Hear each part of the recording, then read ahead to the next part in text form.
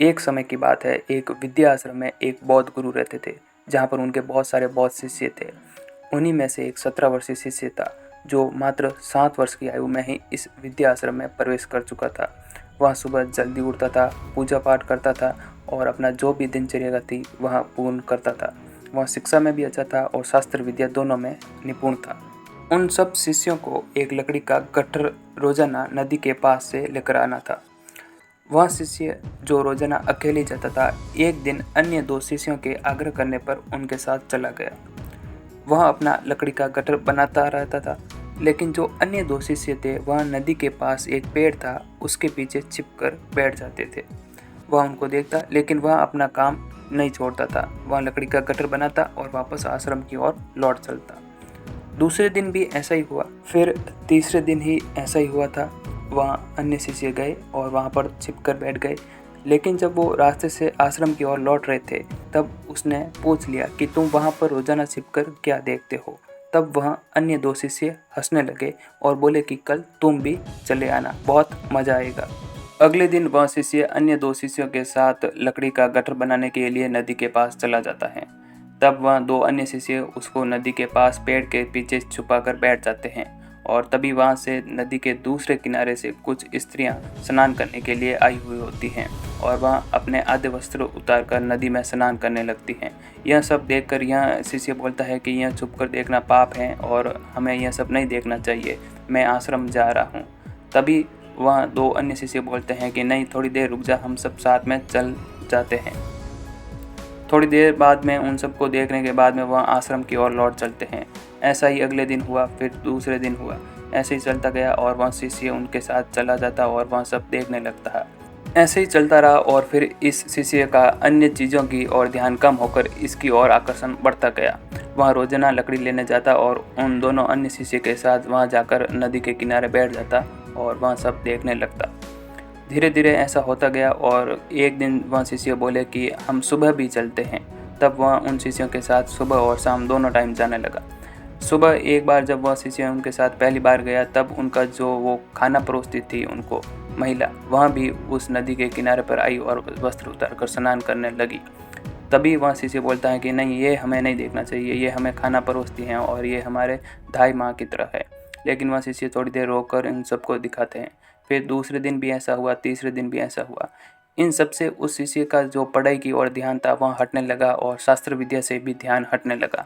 वह अलग अलग रहने लगा और उसका पूरा आकर्षण है वह इन चीज़ों में बढ़ता गया। वह जो कुछ भी करता उसके माइंडसेट में यही रहता कि कब वहाँ पर जाएंगे, क्या देखेंगे, आज क्या देखेंगे। बस इन्हीं के प्रति उसका आकर्षण और बढ़ता गया। धीरे धीरे उस शिष्य के मन में उन सब के प्रति और आकर्षण बढ़ता गया और वह सब पाना चाहता था उनको। और जब वह महिला उसको खाना परोसती तब भी उसके मस्तिष्क के अंदर गंदे विचार आ ही जाते थे। वह नहीं चाहता था कि ये गंदे विचार आए, लेकिन वह कंट्रोल भी नहीं कर पा रहा था। उसने अपने आप को काफ़ी वादे भी किए, वचन भी दिए कि आज से ऐसा नहीं होगा, लेकिन 1-2 दिन छोड़कर वापस वह वहीं पर चला जाता और इन सब दृश्य देखता और उसका जो पढ़ाई का ध्यान था, शास्त्र विद्या सीखने का ध्यान था, इन सब से ध्यान हट गया था। अब वह अलग भी रहने लगा था। यह सब बातें गुरुजी नोट्स कर रहे थे उनके, कि नोटिस कर रहे थे कि यह शिष्य है जो कुछ दिनों से अलग अलग बदलाव में आ रहा है। काफ़ी दिनों से वह शिष्य ना ही तो कक्षाएं ग्रहण कर रहा था और ना ही कुछ बाहर खेल कूदने आ रहा था। तब गुरुजी उसकी कुटिया में जाते हैं और उससे पूछते हैं कि क्या हुआ है, तुम ना ही तो कक्षाएं ले रहे हो और ना ही समय पर खेल कूद में शामिल हो रहे हो। यह सब कहते ही वह शिष्य बोलने लगा कि नहीं गुरुजी, ऐसा कुछ नहीं है, मैं थोड़ा सा बीमार हूँ।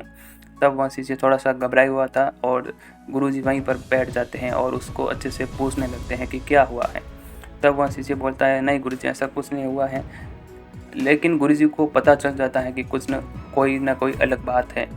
तब वह शिष्य थोड़ा सा और रोने की अवस्था में आता है। तब गुरुजी उसको बोलते हैं कि तुम मुझे गुरु न समझकर एक मित्र की भांति समझकर मुझे जो कुछ भी बात है अच्छे से बता दो। तब वह शिष्य थोड़ा रोने लायक होता है और खुद को बोलता है कि मैं गुरुजी बहुत ही बड़ा पापी हूँ, अपराधी हूँ। गुरुजी के अच्छे भावपूर्ण व्यवहार से पूछने पर वह शिष्य सारी घटना बता देता है कि मेरे साथ ऐसा ऐसा हुआ और मैं अब ना ही अपने मन को कंट्रोल कर पा रहा हूँ और मैंने अपने आप को काफ़ी वादे भी किए, वचन भी दिए, लेकिन मैं 1-2 दिन के बाद वह वचन और वादे भूल जाता हूँ और वापस इन क्रियाओं को दोहराने लगता हूँ। तब गुरुजी बोलते हैं कि ऐसा कुछ नहीं है, ये सब कोई ना तो पाप है ना ही अपराध है, यह तुम्हारी एक आयु अवस्था है जिसके अंदर यह सभी के साथ होता है, लेकिन ये जो सब तुम कर रहे हो वह बहुत ही गलत है। इन सब आकर्षण के प्रति तुम जितना ज़्यादा ध्यान दोगे यह तुम्हारा आकर्षण और बढ़ता ही जाएगा और इसे तुम एकदम रोकने का प्रयास करोगे तो यह नहीं रुकेगा और तुम्हें अपने आप ही अपराधी घोषित करोगे और अपने आप को पापी समझोगे। लेकिन ऐसा नहीं है, तुम ना ही तो पापी हो ना ही अपराधी हो, यह तुम्हारी आयु का एक असर है। तब वह शिष्य रोते हुए गुरुजी से पूछता है कि इसका कोई अच्छा उपाय बताए या फिर मुझे कोई ऐसा वचन दिलवाए जिसे मैं आज के बाद यह कभी नहीं करूं। तब वापस गुरुजी उत्तर देते हैं कि तुम ना ही तो वचन लो ना ही एकदम इसको रोकने का प्रयास करो, जैसा मैं अगले दिनों के लिए करने को कहता हूँ तुम बस वैसा ही करते जाओ। तब शिष्य बोलता है, हाँ गुरुजी, आप जैसा कहोगे मैं वैसा ही करूँगा। तब गुरुजी कहते हैं कि तुम अगले कुछ दिनों तक सुबह राज्य में भिक्षा लेने के लिए जाओगे और शाम को लकड़ी का गट्ठर लेने के लिए। तब शिष्य कुछ दिनों तक ऐसा ही करता है। सुबह जब वह भिक्षा लेने के नदी को पार करता है तो वहाँ जो स्त्रियाँ नहा रही थी वह 2-3 दिन के बाद में वहाँ से आना बंद कर देती हैं और कहीं और चली जाती हैं और वहाँ शिष्य उस नदी को पार करके भिक्षा लेने के लिए राज्य में चला जाता है। 2-3 दिन होने के बाद एक दिन जब वहाँ राज्य में भिक्षा लेने जाता है तब वहाँ राज्य के जो राजा थे भ्रमण करने के लिए आए हुए थे, उसको देखकर शिष्य आकर्षित होता है क्योंकि जब भी वो राजा जहाँ से भी गुजरते थे सब लोग नतमस्तक होकर उसको प्रणाम करते थे। तब इस सब क्रिया को देखकर शिष्य बहुत ही प्रसन्न होता है और उसे अच्छा लगता है।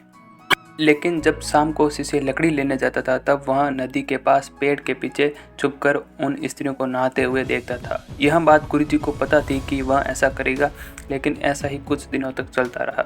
फिर एक दिन गुरुजी उसके पास आए और बोले कि तुम कल से सुबह भिक्षा लेने के लिए राज्य में जाओगे और शाम को इस कुटिया में बैठकर तुम ध्यान योग करोगे।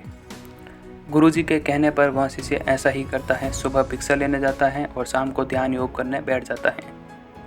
लेकिन जब भी वह शिष्य ध्यान योग करता है उसके अंतर ध्यान के अंदर वह स्त्रियाँ आती हैं जो वह शाम को देखने जाता था। काफ़ी दिनों से परेशान होकर वह शिष्य गुरुजी के पास जाता है और वह गुरुजी से कहता है, गुरुजी मैं ध्यान करता हूँ तब वह आकर्षण वाले चित्र मेरे दिमाग के अंदर आ ही जाते हैं और उन्हें मैं जितना हटाने की कोशिश करता हूँ वह उतने ही आते हैं। तब गुरुजी हल्के से मुस्कुराते हैं और कहते हैं कि इन सब के अलावा और तुम्हारे ध्यान में क्या क्या आता है। तब वह शिष्य कहता है, ज़्यादातर तो यही आते हैं और इसके अलावा जो मैं भिक्षा लेने सुबह जाता हूँ और जिस राजा को देखता हूँ उनके प्रति मेरा आकर्षण होता है, यानी कि मुझे भी ऐसा राजा बनने की उम्मीद लगती है मेरे मन के अंदर। यह सब सुनने के बाद गुरुजी उसे कहते हैं कि तुम कल सुबह राज दरबार के अंदर भिक्षा लेने जाओगे और शाम को ध्यान योग करने बैठ जाओगे। तब शिष्य ऐसा ही करता है। अगले 2-3 दिन तक ऐसा करने पर वह एक दिन राज दरबार के अंदर जाता है। तब वह एक घटना देखता है कि जो स्त्रियां वह देखता था और उन्हें पाने की अपने मन के अंदर लालसा करता था, वही स्त्रियां उस राज दरबार के अंदर उस राजा की दासियां बनी हुई थी। यह सब देखकर शिष्य का राजा के प्रति और आकर्षण बढ़ गया कि मुझे बनना है तो बस ऐसा राजा ही बनना है।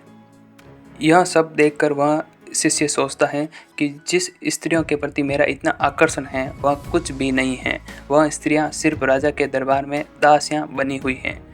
धीरे धीरे समय के साथ वह शिष्य राज दरबार की प्रक्रियाओं के अंदर शामिल हो जाता है और वह अच्छे से ध्यान योग करता है। अब उसके ध्यान योग के अंदर वह स्त्रियां का आकर्षण न होकर उसका एक ही लक्ष्य था कि वह उस जैसा राजा बनेगा। धीरे धीरे उसका पद बढ़ता गया और वह मंत्री बनते हुए एक दिन उस राज दरबार का राजा भी बन जाता है। इस कहानी का मोटिव यही है कि आप जैसा देखोगे वैसे बन जाओगे, यानी कि यथादृष्टि तथा सृष्टि। इस ज़माने में सोशल मीडिया पर बहुत ही घटिया कंटेंट भी उपलब्ध है और बहुत ही अच्छा कंटेंट भी उपलब्ध है।